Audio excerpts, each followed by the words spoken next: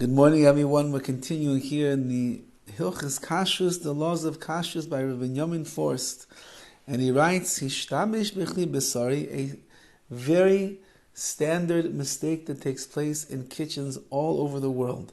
A person uses a Fleishig vessel, l'maychel chalavi, for milchigs, or lehepach, or the opposite, he uses his milchig vessels to cook meat.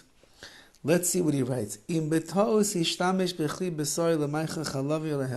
by mistake you ended up using a Fleishig vessel or utensil for cooking or for dealing with milchigs, or the opposite, you use the milchig utensil for Fleishigs, if the food or the utensil was not hot, Kishir Yad Saledisbo, which is what's called Yad Saledisbo, the hand will retract itself, meaning if it was so hot that if you would touch that food, your hand would retract, so then it would be a problem. But if it's not that hot, so then, says Rav Forst, Meidir Chesakli, just rinse out, wash the utensil, b'mayim tzanim or paishrim, with cold or room temperature waters. That's you can do. So again, if the food was not that hot, it wasn't what we would call the boiling level, and you mixed in the milchig or the fleishig utensil with that other type of a food, really you have nothing to worry about. You can just rinse everything off and you're good to go. But if the food was hot, which means it was to the boiling level of called yatsa lettuce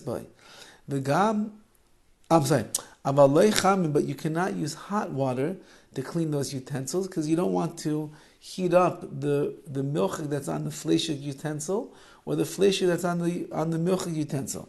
So not only is the vessel remain kosher, so the food also is mutter, is also permissible. You don't have to worry, even though you stirred, let's say, you stirred your salad or you stirred your lukewarm soup with a milchig utensil, even though that the salad was a chicken salad, even though that the soup was a chicken soup, you don't have to worry, everything is fine. Now, if you're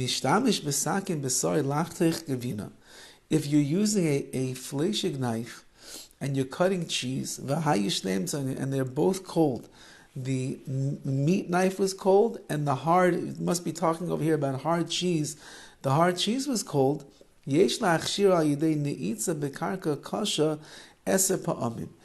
those who say that you could kasher this knife now, because since it touched hard cheese, so you really have to make sure it's good and clean and kosher. You can stick it into hard ground 10 times, up and down 10 times. And that is the way in which a person will be able to kasher their knife in that particular case. It wasn't hot cheese, so it didn't make the knife fully treif, and therefore you can kasher it in this way. Ulam, however, if the food or the utensil or the knife in this case was hot, meaning this boiling point, or you left milk in a Fleishig utensil, or you left meat in a milchig utensil for 24 hours, which means that the taste, the flavor of that particular food ends up penetrating into the walls of that pot or that pan or that utensil. First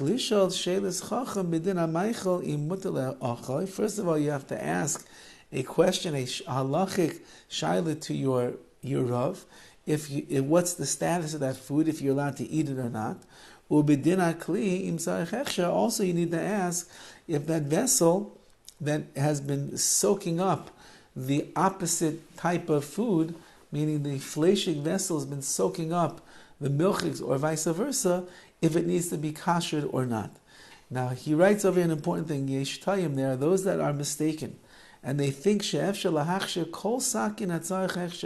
they think any knife that requires being kashered, even if you use, let's say, a Fleishig knife and you cut your boiling, bubbling pizza with it, they think al yedei neitza bekarka, if you stick it into the ground 10 times, it's going to work. Vizu tois, Says Rav Forrest, that's a mistake. That you can't do. Once that it became treif through the hot food that is there, then there's other ways of kashering that we're going to have to deal with.